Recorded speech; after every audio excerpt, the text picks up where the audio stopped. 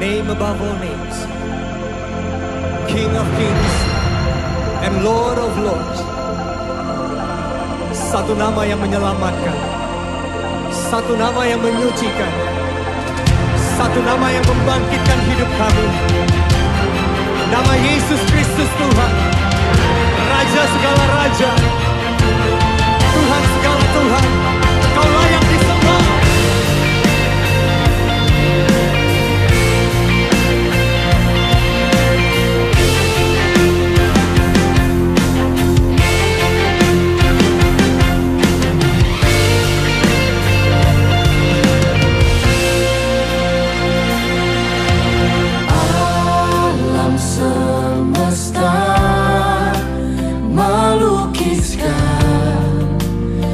Kebesaran Tuhan, bumi dan surga menyanyikan kemuliaan nama-Mu.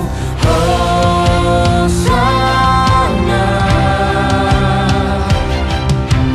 Hosana.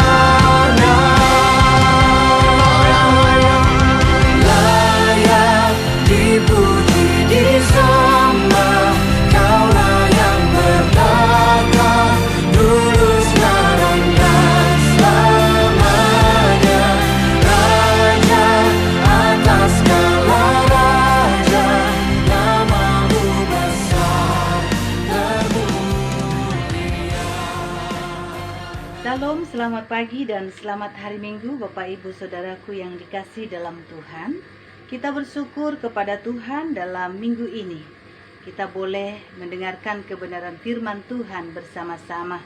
Biarlah di rumah kita masing-masing kita boleh merenungkan kebenaran firman Tuhan yang menjadi kekuatan dalam kehidupan kita. Firman Tuhan pada renungan pagi ini sekaligus ibadah minggu kita terambil dari 2 Timotius 2 ayat yang ke-20 sampai dengan yang ke-21. Demikian firman Tuhan. Dalam rumah yang besar bukan hanya terdapat perabot dari emas dan perak, melainkan juga dari kayu dan tanah. Yang pertama dipakai untuk maksud yang mulia, dan yang terakhir untuk maksud yang kurang mulia. Ayat 21, jika seorang menyucikan dirinya dari hal-hal yang jahat, ia akan menjadi perabot rumah untuk maksud yang mulia. Ia dikuduskan, dipandang layak untuk dipakai tuannya, dan disediakan untuk setiap pekerjaan yang mulia. Demikian jauh kebenaran firman Tuhan yang akan kita renungkan. Firman Tuhan mengatakan, berbahagialah kita yang mendengarkan firman Tuhan, terlebih yang melakukan dalam kehidupan kita tiap-tiap hari.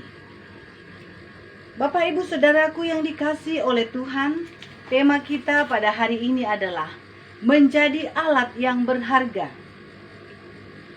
Sebuah benda akan menjadi berharga apabila benda tersebut memiliki nilai. Contohnya emas. Emas sangat disukai oleh banyak orang. Emas itu lunak, mudah ditempah, dibentuk, dan tidak bisa hilang kimilaunya. Nah, sifat emas ini bahannya sangat disenangi sehingga banyak orang memakainya menjadi perhiasan seperti kalung, cincin, gelang, dan anting. Dan pada umumnya orang memandang emas adalah benda yang berharga. Untuk menjadi bernilai atau berharga memang tidak mudah. Tetapi yang menentukan sesuatu itu bernilai atau berharga bukan karena disenangi saja. Surat 2 Timotius ini ditulis Paulus untuk menguatkan Timotius dalam pelayanannya di Efesus. Paulus memperlihatkan bahwa hidup yang berharga adalah hidup yang dapat dibagikan, sharing life. Hidupnya menjadi berkat, menjadi contoh untuk membangun kehidupan orang lain. Sebagaimana 2 Timotius 3 ayat 17 mengatakan, orang yang hidupnya berharga itu dilengkapi oleh Allah. Dikatakan dengan demikian, tiap-tiap manusia kepunyaan Allah diperlengkapi untuk setiap perbuatan baik dan berharga.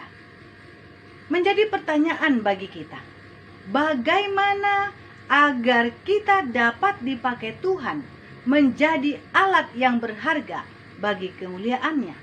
Yang pertama, tentunya memiliki kualitas.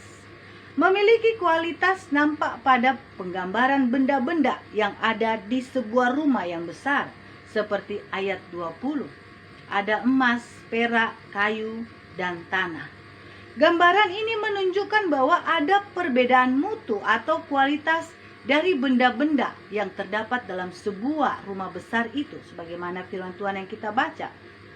Karena memiliki kualitas yang berbeda, maka ada yang dipakai untuk tujuan yang mulia, yang terhormat, tetapi ada juga yang dipakai untuk tujuan yang tidak mulia, yang hina.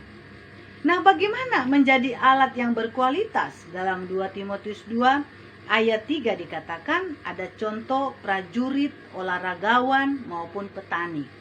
Seorang olahragawan ia akan berbicara tentang bagaimana fokus dalam melatih dirinya untuk berlomba dengan baik dan benar. Seorang prajurit akan fokus berbicara tentang bagaimana tugasnya. Dan seorang petani akan fokus dengan bagaimana ia bekerja keras sehingga ia menikmati hasilnya. Dengan demikian, sebuah benda menjadi bernilai oleh karena kualitas yang dimiliki benda tersebut lebih baik dari yang lain. Ya, Bapak Ibu Saudaraku, ini yang pertama. Yang kedua, yaitu menjadi berguna. Ya, supaya kita dipandang berharga, kita perlu menjadi berguna. Ada dua hal perlu untuk diperhatikan. Yang pertama, kata dipakai untuk maksud mulia, yaitu kehormatan, menghormati, ya, menggambarkan suatu nilai seperti uang sebagai alat pembayaran atau alat-alat berharga. Jikalau seorang menyucikan dirinya dari hal-hal yang jahat, hal ini berkaitan dengan apa yang disampaikan Paulus dalam pasal 2 ayat 14 sampai 17a. Ingatlah dan pesankanlah semuanya itu dengan sungguh-sungguh kepada mereka di hadapan Allah, agar jangan mereka bersilat kata, karena hal itu sama sekali tidak berguna, malah mengacaukan orang yang mendengarnya. Usahakanlah supaya engkau layak di hadapan Allah sebagai seorang pekerja yang tidak usah malu, yang berterus terang memberitakan perkataan kebenaran itu. Tetapi hindarilah omong kosong dan yang tidak baik seperti penyakit kanker. Bapak Ibu Saudaraku, hal-hal yang jahat bukan berbicara tentang perbedaan jenis orang Kristen, melainkan Paulus membedakan antara pengajaran yang mengajarkan firman Allah yang benar dan pengajaran yang sesat. Yang penting adalah perabot yang dipakai untuk maksud mulia tidak boleh mengajarkan hal-hal yang tidak benar. Tidak boleh dicemari oleh perabot yang dipakai untuk maksud yang kurang mulia, yang tidak baik. Karena Allah dapat memakai kita sebagai perabot yang baik. Kita harus mengosongkan diri, bersih dan selalu siap dipakai. Tuhan akan mengambil alih seluruh kehidupan kita, mengisi kita dan memakai kita untuk kemuliaannya. Tetapi jika kita penuh dosa, kita dapat juga meminta kepada Tuhan supaya Tuhan menyucikan kita. Janganlah kita menjadi orang Kristen yang taat beribadah, tetapi sebenarnya kita orang Kristen yang tersesat atau terhilang.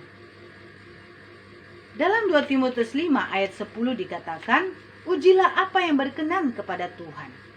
Ayat 16 dikatakan, dan pergunakanlah waktu yang ada, karena hari-hari ini adalah jahat. Ayat 17 dikatakan, sebab itu janganlah kamu bodoh, tetapi usahakanlah supaya kamu mengerti kehendak Tuhan.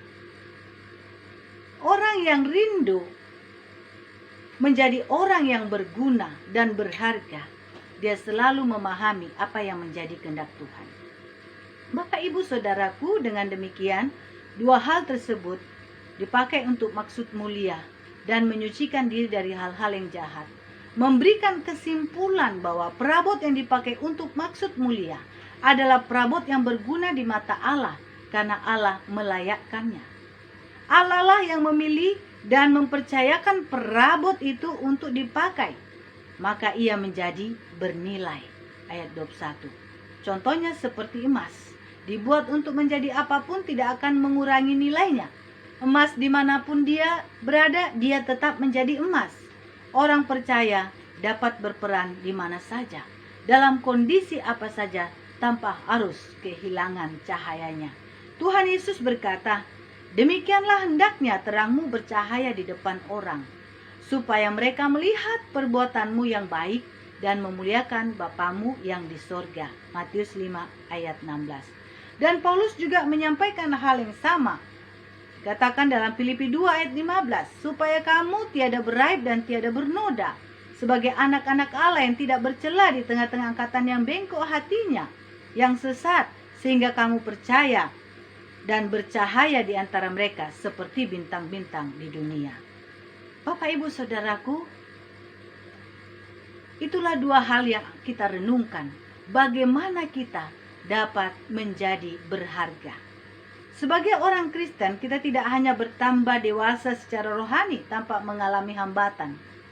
Justru lewat tantangan dan hambatan, membuat kualitas iman kita semakin nampak dan membuat hidup kita menjadi berguna dan berharga. Pastikanlah dalam hidup kita bahwa sampai hari ini kita adalah perabot yang berharga, yang dikuduskan Allah dan dipakai untuk maksud mulia bagi kemuliaan Allah Bapa kita. Kiranya kebenaran firman Tuhan ini menjadi berkat bagi kita dimanapun kita berada. Marilah kita menjadi perabot yang berharga dan mulia di mata Tuhan. Tuhan Yesus memberkati kita. Selamat hari Minggu untuk kita semua. Shalom.